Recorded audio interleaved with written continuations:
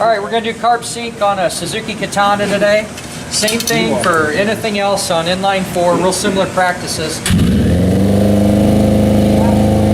We got a real problem. Can you see the big gap between the throttle cam plate and then the adjuster screw?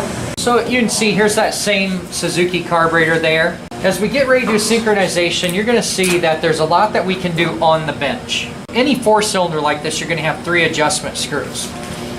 So as we started cleaning carbs, I said that we always want to take this and we want to make sure that we're a certain position.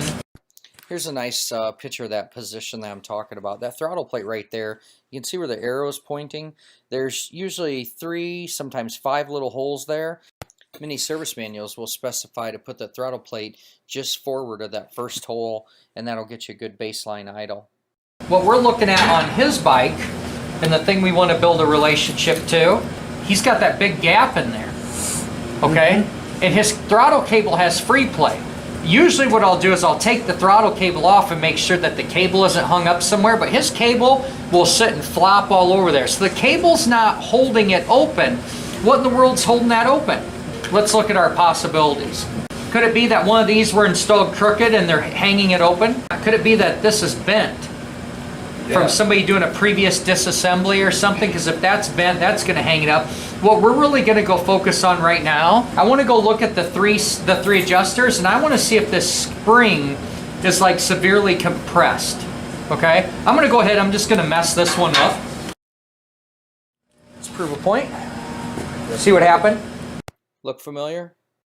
If we look at that bracket and see that that's off of this carburetor, whatever the idle one is the base one. So on the bench on the rebuild, this is going to be a good idea to always make sure that the butterflies will be able to hit against the stop. All right, let's go ahead and fire it up.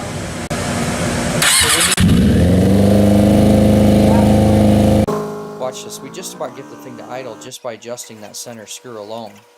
Now you see we're actually turning the actual idle adjustment screw and we have room to go back and forth.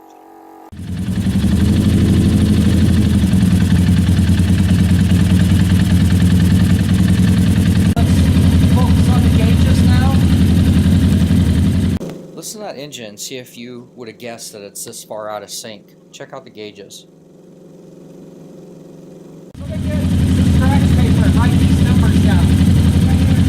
One thing we have to do is check the tool. So what we've done is we made a little manifold tool here, and what we want is we need your caps, because what we're going to do is we're going to take all of the gauges simultaneously and pull them off one vacuum. What's that tell us about our gauges? How off each gauge is from each other. Right, so the last time these gauges were checked, this one reads 1 less than that. These two obviously read the same, and that one reads 2 more. So do you get what I'm saying? For us to truly sync this engine with this tool in its current condition, we have to actually have this one say -1 and this one say +2. What we're adjusting is those adjustment screws that we talked about earlier here. There's the one for the middle 2. We're going to sync these two, and then we're going to pull them together. So all I have to focus right now is I'm going to focus on a pair of gauges, dial it in, focus on the other pair, and it's really a back and forth process.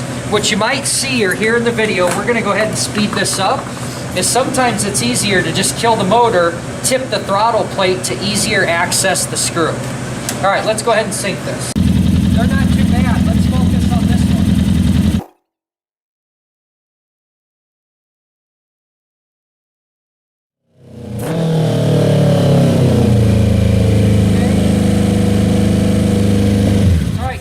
Just somewhat closer. Remember how jacked up these are, right? Yeah. So now we're just going to switch to the middle one, and you're going to watch them pull around each other.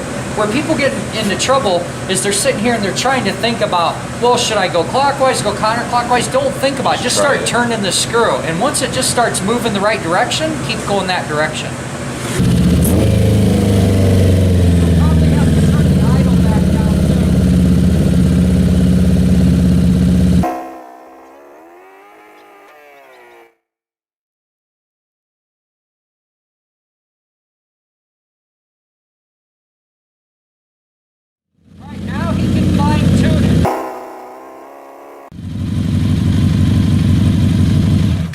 Let's prove a point. Let's focus that camera in on that throttle stop.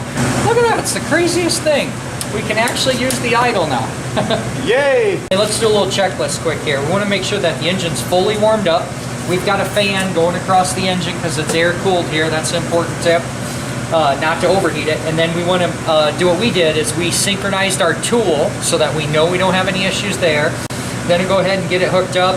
And you saw how just start turning them. It's nice to do pairs and then try and pull them together. We were actually really good on this side. We did next to nothing. We just had some whacked out stuff because of people messing with screws there, right? And it even ran. It didn't run terrible. You're the owner. Didn't you say it didn't run too bad?